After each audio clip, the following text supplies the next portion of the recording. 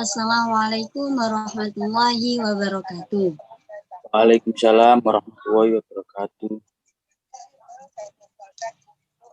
Saya dari kelompok 4 ingin menyampaikan makalah dengan tema pengaruh fraud diamond terhadap kecurangan laporan keuangan pada kabupaten dan kota di Provinsi Jambi. Tugas ini disusun untuk memenuhi tugas mata kuliah auditing 1 dengan dosen pengampu Ibu Dina Anggraini, SSE, MSA, WP. Tugas ini disusun oleh Zamzama dengan NIM 033 dan Ahmad Syukur NIM 054. Program Studi Akuntansi Fakultas Ekonomi Bisnis dan Teknologi Digital Universitas Nahdlatul Ulama Surabaya 2022. Pendahuluan. Yang pertama, latar belakang. Kecurangan atau yang bisa juga disebut dengan fraud adalah tindakan curang yang dilakukan dengan sengaja untuk menentukan satu pihak, perorangan, perusahaan, atau institusi secara tidak adil atau melanggar hukum yang mengakibatkan kerugian di pihak lain. Dalam konteks audit laporan keuangan, penipuan didefinisikan sebagai pelaporan keuangan yang sengaja mengandung kekeliruan. Penipuan tidak selalu sama dengan kejahatan. Penipuan bisa non-kriminal termasuk dalam kategori risiko. Sedangkan fraud yang juga merupakan tindakan pidana dikategorikan sebagai illegal leaks. Mengikuti pidana diartikan sebagai suatu kesengajaan yang melanggar hukum pidana yang menurut hukumnya tidak ada alasan berlaku. Sementara itu, penipuan didefinisikan sebagai setiap perilaku di mana satu orang mendapatkan atau berminat untuk mendapatkan keuntungan yang tidak jujur atas yang lain. Penipuan dapat dianggap sebagai kejahatan jika niat atau tindakan untuk mendapatkan keuntungan yang tidak jujur juga sekaligus melanggar ketentuan hukum seperti korupsi atau penggelapan pajak. HFCE dibagi menjadi 3 jenis, yaitu penyalahgunaan kekayaan atau kekayaan negara, perusahaan, penipuan laporan keuangan. Berdasarkan riset ACFE tahun 2016, perusahaan-perusahaan di dunia mengalami kerugian rata-rata 5% setiap tahun karena penipuan atau kerugian rata-rata setiap kasusnya adalah 2,7 juta. Hasil review ACFE 2016 menunjukkan bahwa penipuan yang paling merugikan di Indonesia adalah korupsi, yang jumlahnya sebesar 77%. Ada penyalahgunaan aset atau kekayaan organisasi sebesar 19% dan kecurangan laporan keuangan sebanyak 4%. Di agensi pemerintahan, kasus penipuan tidak hanya meliputi orang-orang yang memiliki jabatan tinggi, tetapi juga masyarakat yang berada di bawahannya, dan tidak hanya di lingkungan pemerintahan pusat, tetapi juga lingkungan pemerintahan daerah. Tindak pidana korupsi yang sering dilakukan antara lain yaitu memanipulasi pencatatan, menghilangkan dokumen, dan markup untuk merugikan keuangan atau perekonomian negara. Penipuan ini biasanya dipicu oleh keinginan untuk menampilkan atau menyajikan laporan keuangan yang baik atau laporan keuangan surplus. Selain itu, curang bisa juga terjadi karena adanya peluang untuk melakukan kecurangan di instansi pemerintah. Kasus penyelewengan kekayaan negara atau kekayaan daerah sering terjadi oleh pihak-pihak tertentu. Tindakan hal ini dilakukan semata-mata untuk kepentingan pribadi dan kelompok.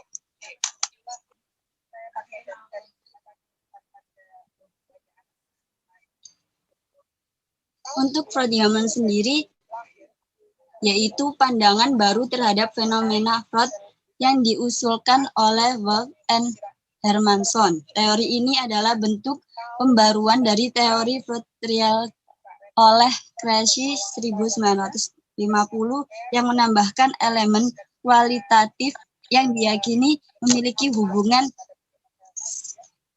signifikan dengan tindakan fraud. Jika dalam tindakan fraud tuna kota menjelaskan bahwa terdapat elemen yaitu insentif atau pressure. Ada 3 elemen tersebut dalam teori Freud-Diamond mengalami penambahan elemen yaitu comparability atau capacity, yaitu kemampuan. Freud-Diamond juga merupakan suatu pandangan baru mengenai fenomena Freud yang dikemukakan oleh Wolff dan Hermannshoff.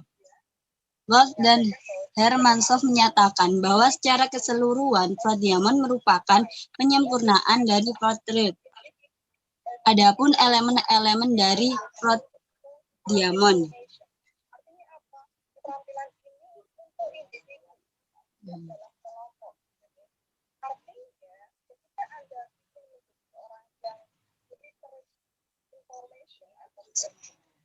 Yang kedua, teori yang digunakan.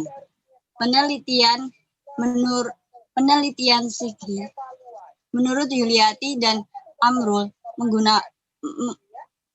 mendukung bahwa pengendalian internal berpengaruh terhadap kecenderungan kecurangan akuntansi. Ini berarti semakin efektif pengendalian internal, maka semakin rendah kecenderungan akuntansi dalam pengelolaan kecurangan suatu organisasi. Semakin tinggi pengendalian internal, maka dapat menurunkan kecenderungan kecurangan akuntansi. Sebaliknya, jika semakin rendah pengendalian internal terkait dengan penganggaran, maka semakin meningkat pula kecenderungan terjadinya kecurangan akuntansi pada suatu organisasi atau instansi. Secara penelitian Muhammad dan Ridwan pada tahun 2017 juga mendukung bahwa pengendalian internal mampu menurunkan kecenderungan kecurangan akuntansi. Salah satu komponen dalam pengendalian internal yaitu penilaian risiko atau pelaporan keuangan.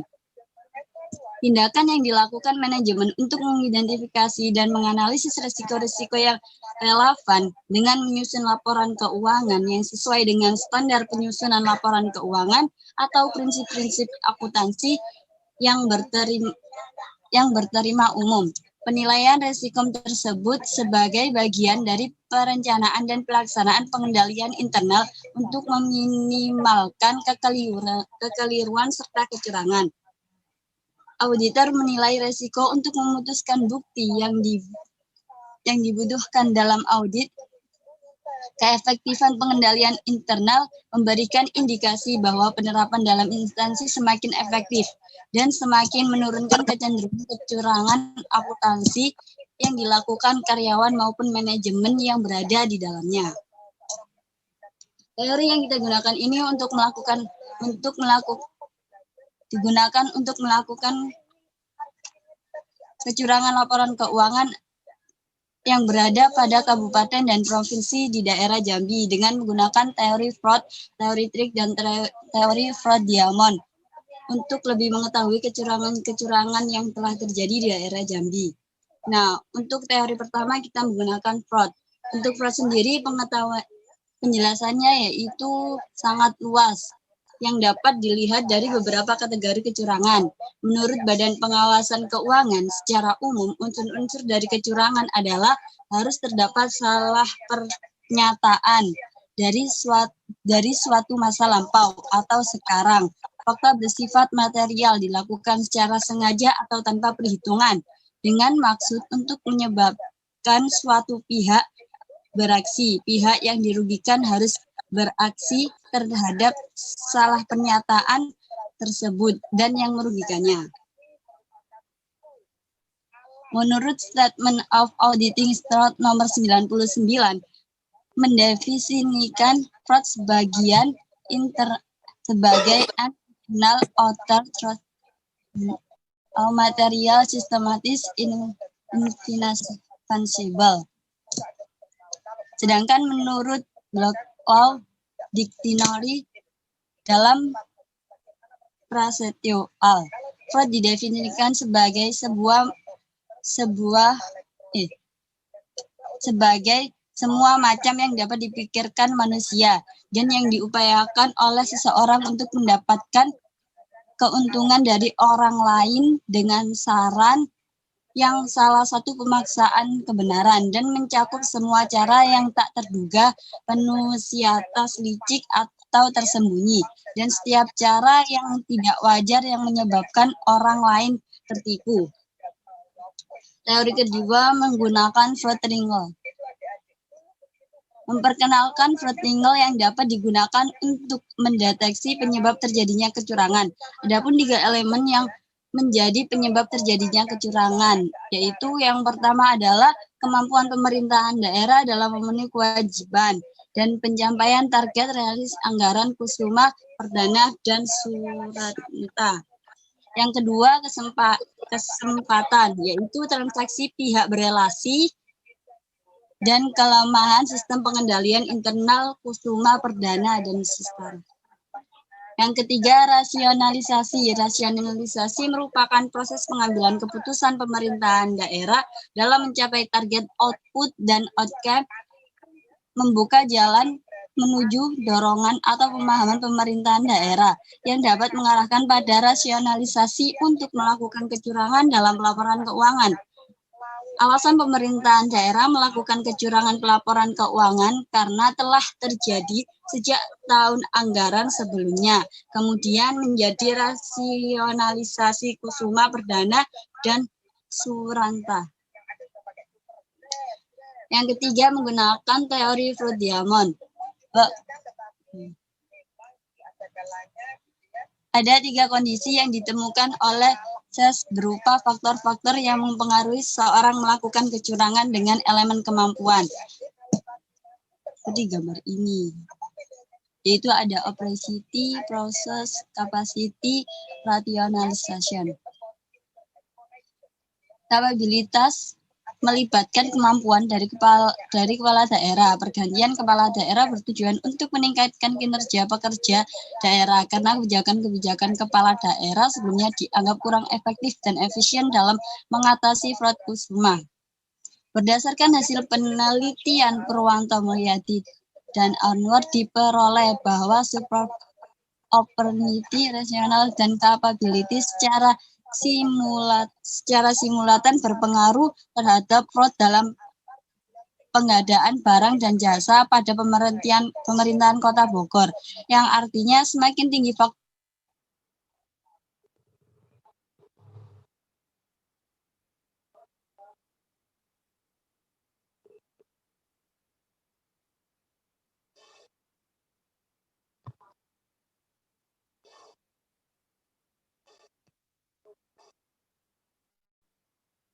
Yang ketiga, rumus masalah.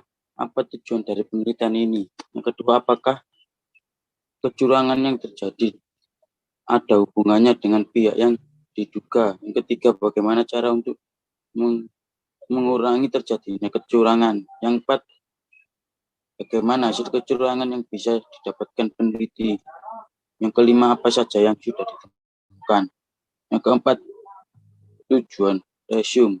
Yang pertama, ingin menguji pengaruh tekanan kesempatan rasionalisasi dan kapabilitas pada pemerintah daerah, kabupaten, dan kota di Provinsi Jambi. Kedua, adanya hubungan sistem yang digunakan untuk memanipulasi laba keuangan di daerah, kabupaten, dan kota di Provinsi Jambi. Yang ketiga, melakukan pengawasan yang tinggi. Yang keempat, melakukan penelitian Kusuma untuk mengetahui perhitungan keuangan. Yang kelima, memukakan rasionalisasi yang berpengaruh terhadap kecurangan laporan keuangan. Yang kelima, analisis SM Hasan. Penelitian ini menguji pengaruh tekanan kesempatan rasionalisasi kapabilitas pada pemerintah daerah, kabupaten, dan kota di Provinsi Jambi. Penelitian ini menguji 4 hipotesis. Hipotesis pertama dalam penelitian ini adalah pengaruh tekanan kesempatan rasionalisasi dan kapabilitas secara simultan terhadap kecurangan laporan keuangan. Hipotesis kedua hingga keempat, pengaruh tekanan, kesempatan, rasionalisasi, dan kapabilitas secara perisai terhadap kecurangan laporan keuangan. Pengaruh tekanan, kesempatan, rasionalisasi, dan kapabilitas terhadap kecurangan laporan.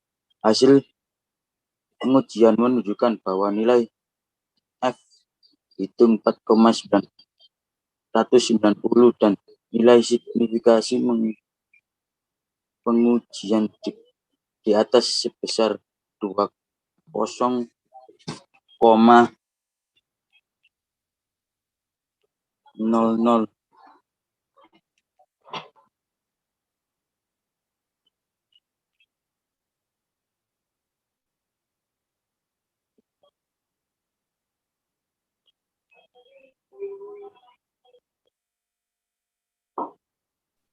Hasil dari presentase pengaruh variabel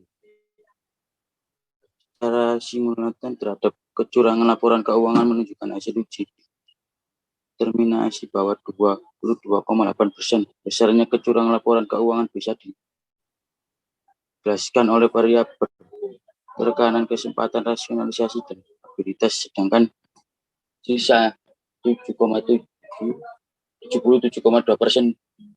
dijelaskan oleh variabel lain di luar penelitian ini. Yang B, pengaruh tekanan terhadap kecurangan laporan keuangan. Hasil pengujian menunjukkan nilai hutang variabel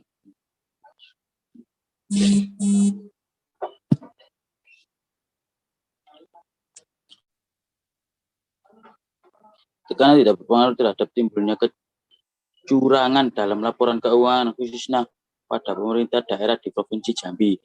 Data penelitian menunjukkan bahwa tekanan yang dimiliki oleh pemerintah daerah di Provinsi Jambi tidak besar, sehingga tekanan untuk melakukan kecurangan dapat diminimalisasi. Hal ini terlihat dari indikator tekanan yang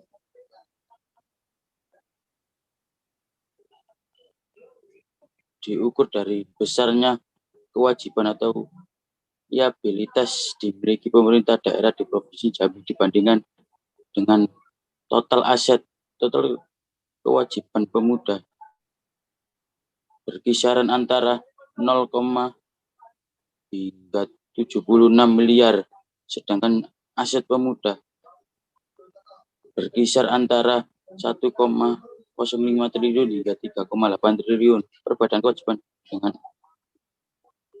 aset pemuda secara presentasi menghasilkan angka yang sangat kecil, yaitu 0,74%. Hal ini mendapatkan bahwa tekanan yang terlalu kecil dari sisi kewajiban dapat diabadikan, sehingga faktor menjadi faktor yang mendorong pemerintah daerah di Provinsi Jambi untuk melakukan kecurangan dalam laporan keuangan. Hasil penelitian ini sejalan dengan penelitian Kusma Pendanaan Suranta yang menyatakan bahwa tekanan yang tidak berpengaruh terhadap kecurangan laporan keuangan menunjukkan bahwa rasio rata-rata kewajiban untuk aset pemerintah kabupaten atau kota kecil atau di bawah 1% semakin kecil kewajiban pemerintahan atau kota, maka lebih kecil risiko kegagalan untuk mengembalikan kewajiban. Hasil penelitian ini berdasarkan dengan penelitian Andoriana yang menyatakan tekanan yang berpengaruh terhadap kecurangan laporan keuangan di mana besarnya gap antara kewajiban dalam keadaan sehat. Oleh karena itu, pihak eksekutif pun akan memiliki kasih untuk melakukan kecurangan laporan keuangan, misalnya menaikkan nilai aset untuk mengimbangi jumlah kewajiban pemerintah daerah. C. Pengaruh kesempatan terhadap kecurangan laporan keuangan. Nilai hitung variabel kesempatan X2 nilai T hitung 3,546 dan nilai SIM 0,001 nilai 0,001. Hasil ini menjelaskan bahwa kesempatan berpengaruh terhadap kecurangan laporan keuangan. Terhadap kecurangan laporan keuangan nilai-nilai itu variabel kesempatan X, 2 nilai hitung 3,0 nilai. Hasil ini menjelaskan bahwa kesempatan berpengaruh terhadap kecurangan laporan keuangan. Hasil penelitian ini berdasarkan dengan hasil penelitian Andarian 2005 yang menyatakan variabel kesempatan ini tidak memungkinkan diteliti lebih jauh kaitannya dengan kemungkinan kecurangan laporan keuangan karena seluruh pemerintah daerah di Indonesia menerima pendapatan transfer pihak pusat, transaksi pihak istimewa yang rumit yang disertai dengan risiko tinggi karena keterlibatan tinggi oleh manajemen dan kembalian keputusan.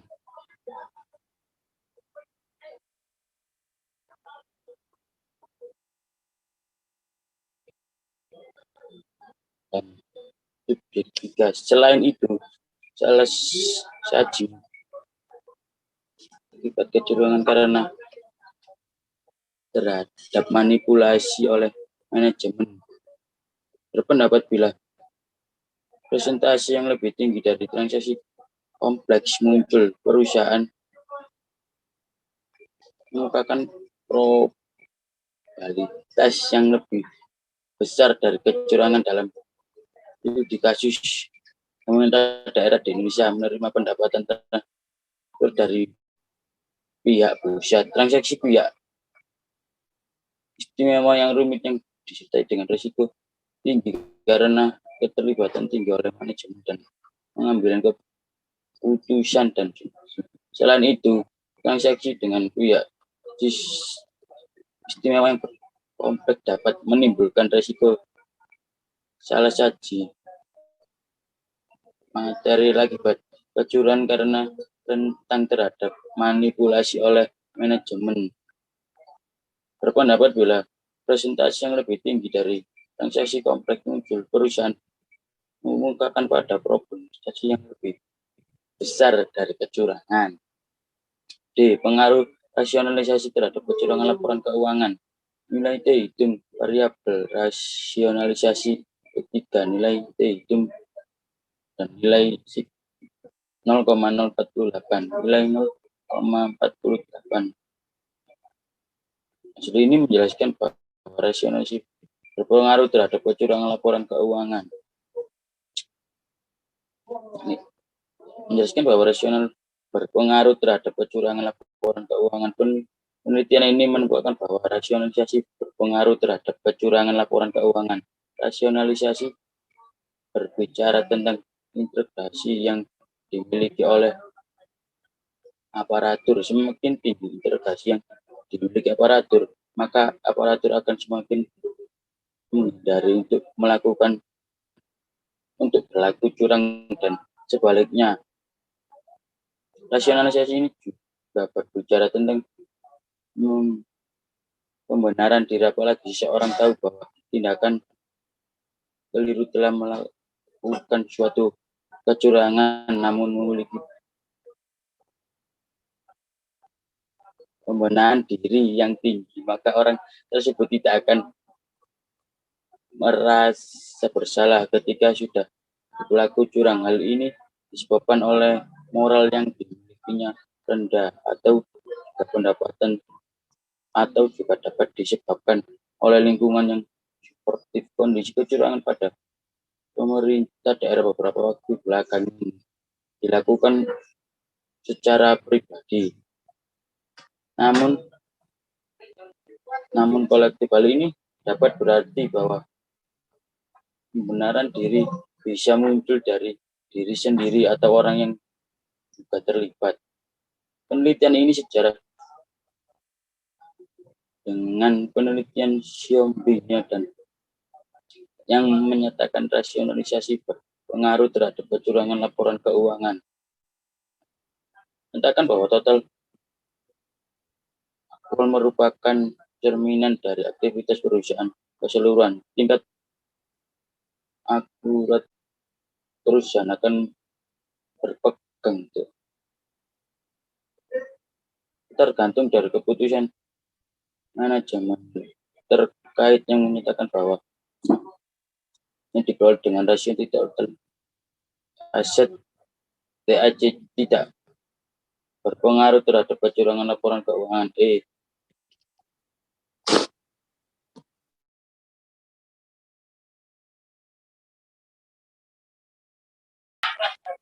6. Saran.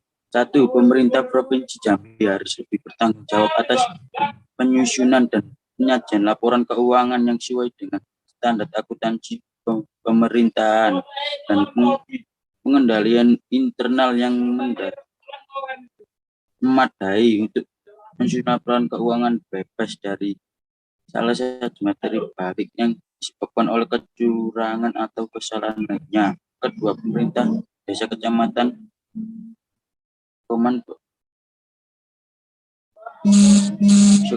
sekiranya perlu memberikan pendidikan dan pelatihan moral etis kepada seluruh aparatur desa dengan harapan kegiatan ini mampu memberikan pemahaman penalaran moral yang tinggi sehingga seluruh tindakan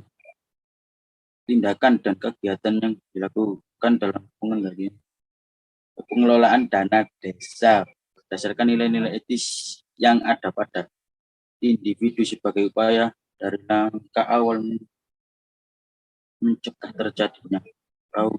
Yang 3, penelitian ini dilakukan dengan metode kuantitatif menggunakan questionnaire yang mana jawaban questionnaire tidak dapat sepenuhnya ingin meneliti permasalahan yang sangat dapat dilakukan penelitian ini secara kualitatif sehingga dapat membuktikan bagaimana penggunaan dana desa yang sebenarnya terjadi di lapangan. Keempat, penelitian ini menggunakan sampel pada desa, kecamatan, bagi penelitian selanjutnya dapat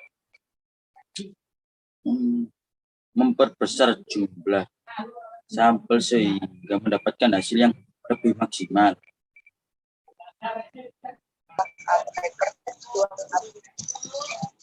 Adik-adik, ada 2 perhatian. Sekian pemaparan dari kelompok kami. Untuk salah katanya mohon dimaafkan. Sekian dari kami. Wassalamualaikum warahmatullahi wabarakatuh. Terima kasih. Assalamualaikum warahmatullahi wabarakatuh.